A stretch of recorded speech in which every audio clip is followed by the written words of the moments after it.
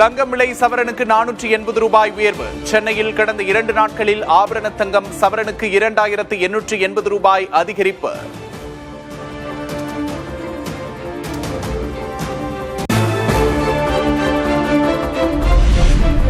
வெள்ளி விலை கிலோவுக்கு 5000 ரூபாய் உயர்வு. கடந்த 2 நாட்களில் வெள்ளியின் விலை கிராமுக்கு 10 ரூபாய் அதிகரித்து 270 ரூபாய்க்கு விற்பனை.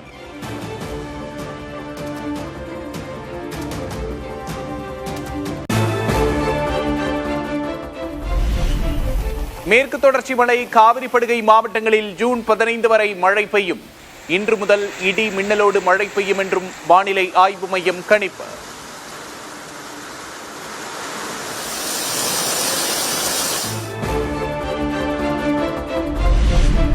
சென்னையில் 2 நாட்களுக்கு மழைக்கு வாய்ப்பு. அதிகபட்ச வெப்பநிலை 35 டிகிரி செல்சியஸை ஒட்டி இருக்கக்கூடும் என்று வானிலை ஆய்வு மையம் கணிப்பு.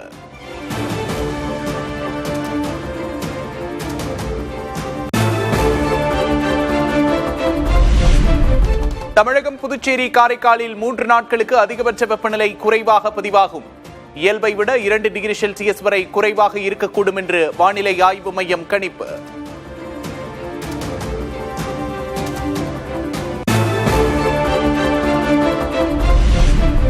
கிருஷ்ணகிரி சுற்றுவட்டார பகுதிகளில் கனமழை. தருமபுரியில் பெய்த மழையால் கோவிலுக்குள் புகுந்த நீர்.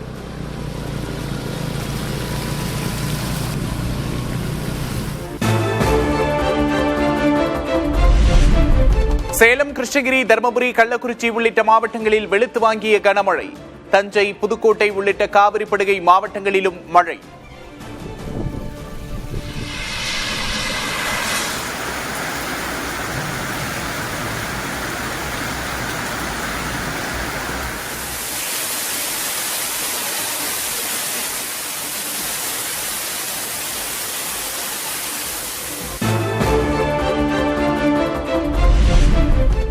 கன்னியாகுமரியில் பெய்த கனமழையால் குழித்துறை வழியாக பாயும் தாமிரபரணி ஆற்றில் வெள்ளப்பெருக்கு. தடுப்புகளை அமைத்து பாதுகாப்பு பணியில் ஈடுபட்டுள்ள நகராட்சி நிர்வாகம்.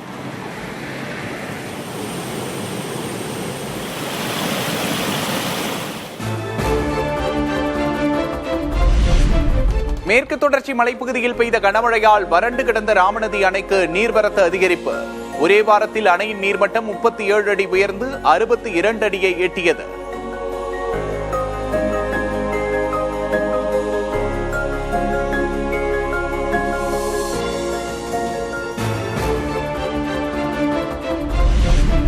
பாபநாசம், சேர்வலாறு, மணிமுத்தாறு அணைகளில் இருந்து தண்ணீர் திறக்க முதல்வர் விஜய் உத்தரவு. 121 நாட்களுக்கு திறக்கப்படும் நீரால் நெல்லை, தூத்துக்குடி மாவட்டங்களில் 36,000 ஏக்கர் நிலங்கள் பாசன வசதி பெறும்.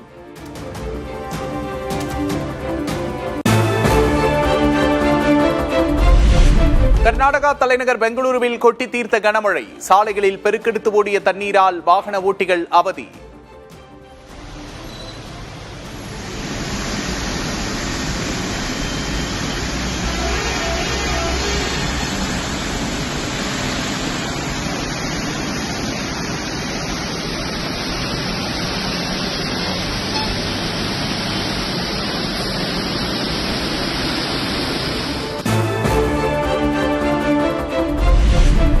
மேட்டூர் அணை திறக்கப்படாததால் காவிரி படுகையில் நீரின்றி வறண்டு பிளந்த விளைநிலங்கள்.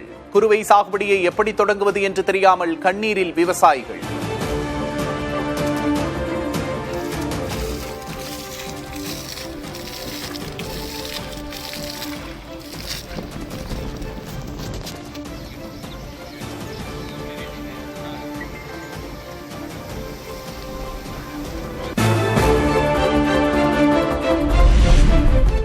பிரதமர் மோடியை தொடர்ந்து நீர்வளத்துறை அமைச்சர் CR பாட்டீலிடம் மனு அளித்தார் கர்நாடக முதல்வர் DK சிவக்குமார்.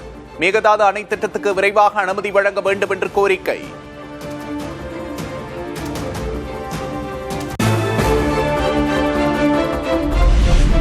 மேகதாது அணை கட்டக்கூடாது என்பதுதான் தமிழ்நாடு அரசின் நிலைப்பாடு என அமைச்சர் வன்னியரசு திட்டவட்டம்.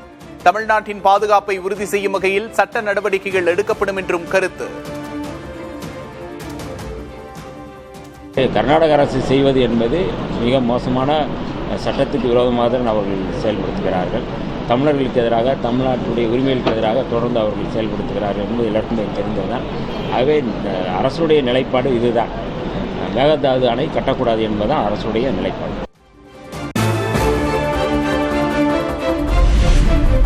டெல்லி வரை சென்றவர் நிதி ஆயோக் கூட்டத்திலோ கர்நாடகாவில் ஆளும் கூட்டணி கட்சிகளிடமோ மேகதாது குறித்து பேசாதது ஏன்?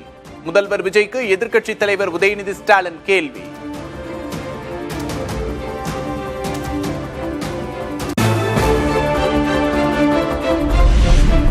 மத்திய அரசின் அனுமதியை பெற்று 2 மாதங்களில் வைகை அணையை தூர்வார நடவடிக்கை. அணைப்பகுதியில் ஆய்வு செய்த பின்பு அமைச்சர் நிர்மல்குமார் உறுதி.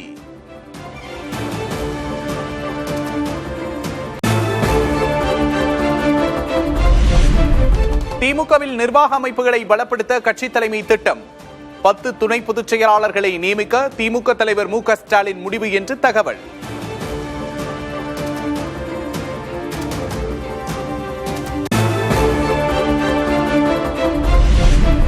தொழிற்சாலைகள், வணிக நிறுவனங்கள், பெட்ரோல் பங்குகளில் சில்லறை விலையில் எரிபொருள் வாங்க தடை.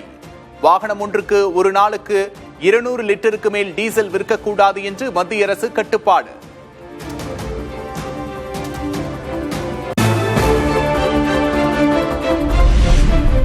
பெட்ரோலிய பொருட்கள் வாங்க கட்டுப்பாடு விதிக்கப்பட்டிருப்பதால் தொழில்துறை முடங்கும் அபாயம்.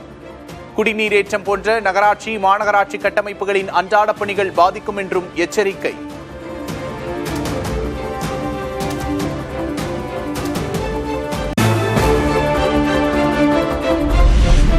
பரங்கிப்பேட்டை அருகே ஹைட்ரோ கார்பன் கிணறுகள் அமைக்கும் திட்டத்துக்கு வைகோ, அன்புமணி, டிடிவி தினகரன் உள்ளிட்டோர் எதிர்ப்பு. விண்ணப்பத்தை தமிழ்நாடு அரசு நிராகரிக்க வேண்டும் என்று வலியுறுத்தல்.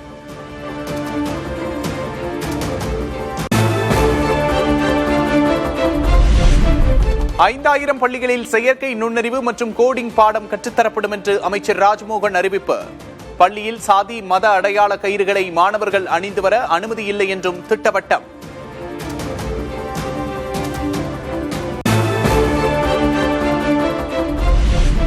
ஜூன் 21 நடக்கும் நீட் தேர்வுக்கு கூடுதல் நேரம் ஒதுக்கி அதிகாரப்பூர்வ அறிவிப்பு வெளியீடு.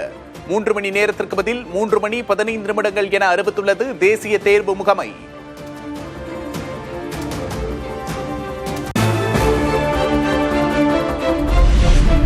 ஒடிசாவில் எல்கேஜி முதல் பட்டப்படிப்பு வரை இலவச கல்வி நாட்டிலேயே முதல் முறையாக அமலுக்கு வருகிறது.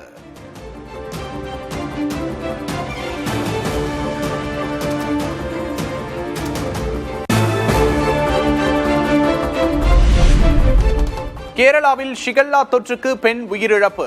18 பேருக்கு புதிதாக பாதிப்பு கண்டறியப்பட்டிருப்பதால் முடுக்கிவிடப்பட்டுள்ள சுகாதார பணிகள்.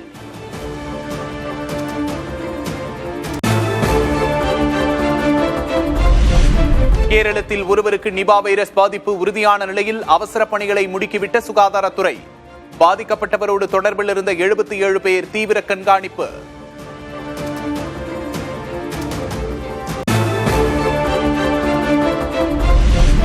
கேரளத்தில் நிபா வைரஸ் பரவல் எதிரொலியாக தமிழ்நாட்டில் கண்காணிப்பை தீவிரப்படுத்த உத்தரவு. கேரளம் சென்று வருவோர் மீது கூடுதல் கவனம் செலுத்த மருத்துவ அலுவலர்களுக்கு அறிவுறுத்தல்.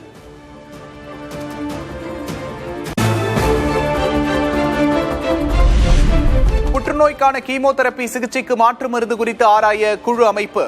மருந்து தட்டுப்பாட்டை தொடர்ந்து தமிழக மக்கள் நல்வாழ்வுத்துறை நடவடிக்கை.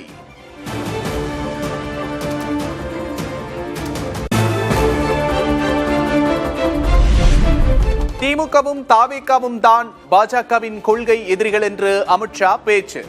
திமுகவின் ஊழல்களையும் தாவேகா ஆட்சியின் தவறுகளையும் மக்களிடம் கொண்டு சேர்க்க வேண்டுமென நிர்வாகிகளுக்கு அறிவுறுத்தல்.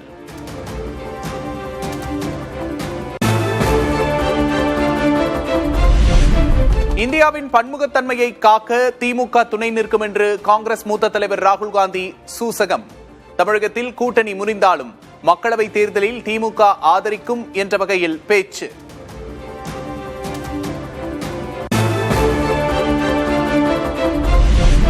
கூட்டணி கட்சிகள் வைக்கும் அனைத்து விமர்சனங்களையும் புன்னகையுடன் ஏற்க தயார் என்று ராகுல் காந்தி பேச்சு. அனைவரையும் அன்போடு ஒருங்கிணைப்பதே காங்கிரசின் கடமை என்றும் விளக்கம்.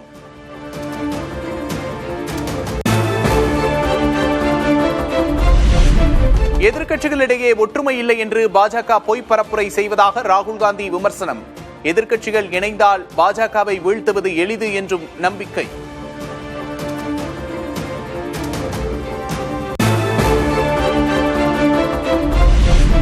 இந்தியா கூட்டணியை வலுப்படுத்த வேண்டும் என இந்திய கம்யூனிஸ்ட் கட்சி வலியுறுத்தல். என்ன செய்ய வேண்டும் என்பதை திமுக தான் முடிவெடுக்க வேண்டும் என்றும் சிபிஐ பொதுச் செயலாளர் டி ராஜா கருத்து.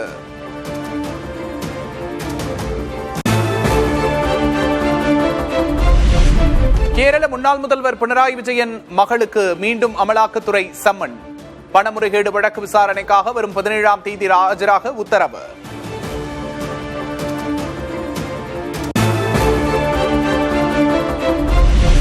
டாடா குழும ஆலைகள் மீண்டும் மேற்கு வங்கத்தில் அமையும் என முதல்வர் சுவேந்து அதிகாரி பேச்சு.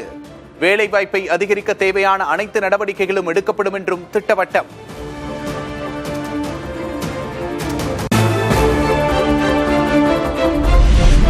உலகக்கோப்பை கால்பந்து தொடரை வெற்றியோடு தொடங்கியது அமெரிக்கா. பராகுவே அணியை 1-4 என்ற கோல் கணக்கில் பந்தாடியது.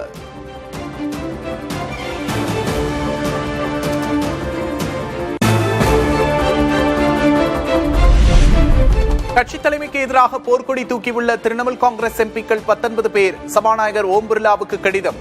நாடாளுமன்றத்தில் தனி குழுவாக அங்கீகரிக்க கோரிக்கை.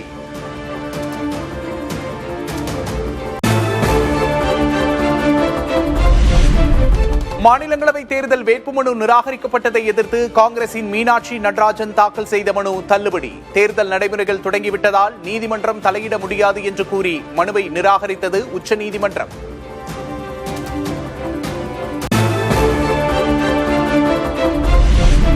உத்தரப்பிரதேசம் அமேதி ஊராட்சி வாக்காளர் பட்டியலில் பாஜக முன்னாள் அமைச்சர் ஸ்மிருதி இரானியின் பெயர் இல்லை.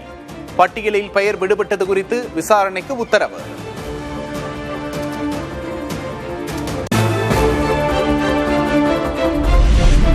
ஆறு நாட்கள் ஐரோப்பிய பயணத்தை இன்று தொடங்குகிறார் பிரதமர் மோடி. பிரான்ஸ், ஸ்லோவேக்கியா நாடுகளில் சுற்றுப்பயணம். G7 மாநாட்டில் பங்கேற்கிறார்.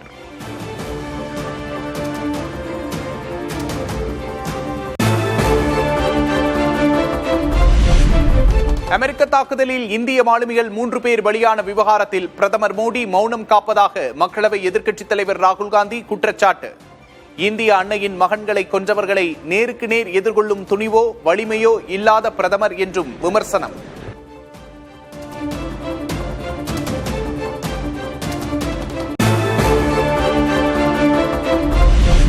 ஆப்பிரிக்காவின் காங்கோ, உகாண்டாவில் எபோலா வைரஸ் பாதிப்பு தீவிரம்.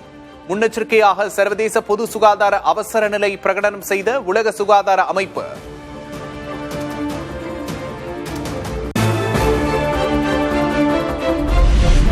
அமெரிக்க சந்தையில் அறிமுகமான முதல் நாளிலேயே ஸ்பேஸ் எக்ஸ் பங்குகள் 11 விழுக்காடு ஏற்றம் எதிரொலி.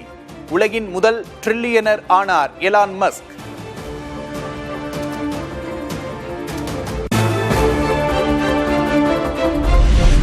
இந்தியா ஆப்கானிஸ்தான் இடையேயான ஒருநாள் கிரிக்கெட் தொடர் இன்று தொடக்கம். தர்மசாலாவில் நடக்கும் முதல் போட்டிக்காக இரு அணி வீரர்களும் தீவிர பயிற்சி.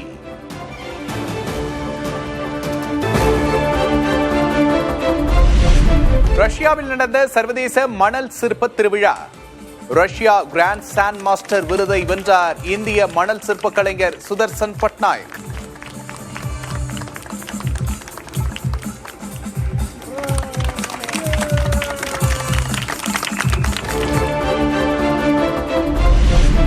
மங்களூர் அருகே உள்ள கொள்ளூர் மூகாம்பிகை கோவிலில் முதல்வர் விஜய் தரிசனம். சுமார் 30 நிமிடங்கள் சிறப்பு வழிபாடு.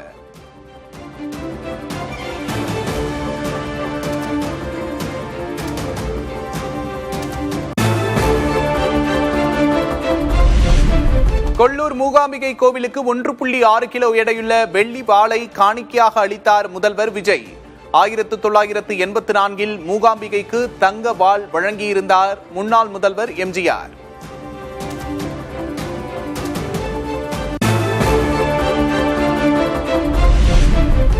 கொள்ளூர் மூகாம்பிகை கோவிலுக்கு சென்ற முதல்வர் விஜயை காண குவிந்த தொண்டர்கள். கோவிலில் தரிசனத்தை முடித்துவிட்டு காரை ஓட்டிச் சென்ற முதல்வர்.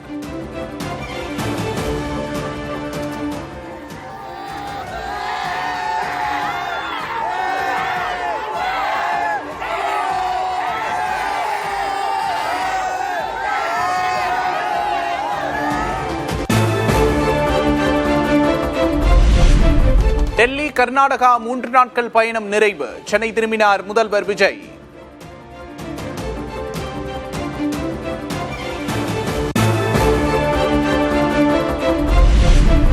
இந்தியாவின் 2வது பெரிய பொருளாதார மையமாக தமிழ்நாடு திகழ்வதாக நித்தி ஆயோக் கூட்டத்தில் பெருமிதம் தெரிவித்த முதல்வர் விஜய். திமுக ஆட்சியின் சாதனைகள் மீது தாவேக அரசு ஸ்டிக்கர் ஒட்டியதாக எதிர்க்கட்சித் தலைவர் உதயநிதி ஸ்டாலின் விமர்சனம்.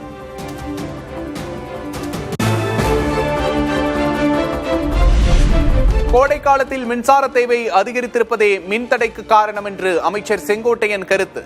கடந்த திமுக ஆட்சியில் மின் உற்பத்தி கட்டமைப்புகளை மேம்படுத்தவில்லை என்றும் குற்றச்சாட்டு. திராவிட முன்னேற்ற கழக ஆட்சியில் டெவலப்மெண்ட் சொல்வார்கள். ஒரே சென்னை எக்ஸாம்பிள் சொல்கிறேன். சென்னையை பொறுத்தவரை 3500 மெகாவாட்டிற்கு தான் அங்கே கெப்பாசிட்டி இருக்கிறது. ஆனால் 5000 மெகாவாட் என்று மக்கள் பயன்படுத்துகிற நிலை இருக்கிற போது இதை substation, transform, under ground cable இதையெல்லாம் ஒரு காலத்திலே கண்டுகொள்ளாமல் விட்டுவிட்டார்கள்.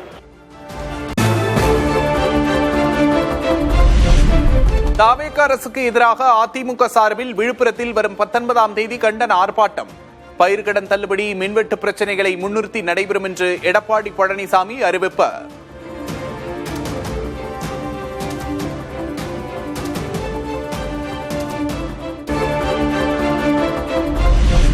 சட்டமன்றத்தில் பேசும் விதம் குறித்து எம்எல்ஏக்களுக்கு 2 நாட்கள் பயிற்சி. ஜூன் 16, 17 ஆகிய 2 தினங்கள் பயிற்சி வழங்கப்படும் என்று சபாநாயகர் JCD பிரபாகர் அறிவிப்பு.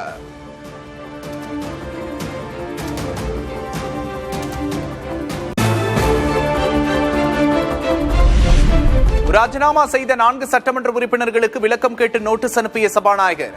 ஏன் நடவடிக்கை எடுக்கக்கூடாது என 7 நாட்களில் விளக்கமளிக்க உத்தரவு.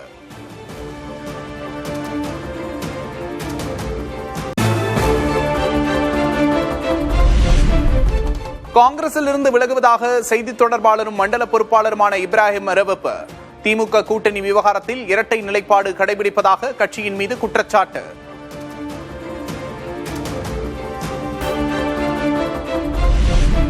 சென்னை சென்ட்ரல், பெங்களூரு உட்பட 9 விரைவு ரயில்களின் சேவையில் மாற்றம். KSR பெங்களூர் ரயில் நிலையத்தில் மேம்பாட்டுப் பணிகள் நடைபெறுவதால் தெற்கு ரயில்வே அறிவிப்பு.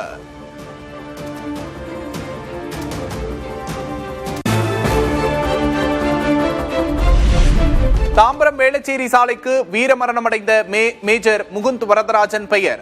தாம்பரம் மாநகராட்சியில் நடைபெற்ற மாமன்ற கூட்டத்தில் ஒப்புதல்.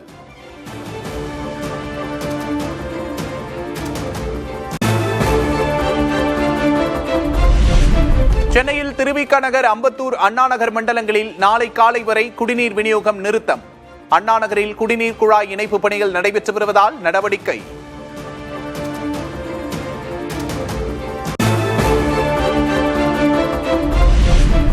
வெங்காயம் கொள்முதல் விலை கிலோவுக்கு 16 ரூபாய் 50 காசுகளாக உயர்வு.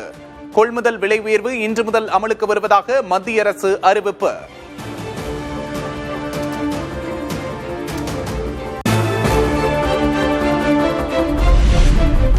கொப்பரை தேங்காயின் விலை 1 கிலோ 120 ரூபாயாக சரிந்தது. தேங்காய் எண்ணெய் கொள்முதல் விலையும் கிலோ 195 குறைந்தது.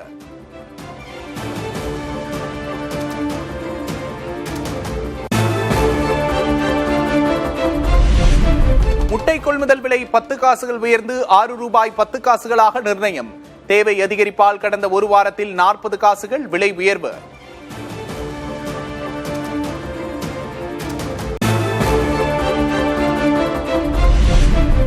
சிதம்பரம் நடராஜர் கோவிலில் ஆனி திருமஞ்சன விழா கொடியேற்றத்தோடு தொடக்கம். திரளான பக்தர்கள் கலந்து கொண்டு வழிபாடு.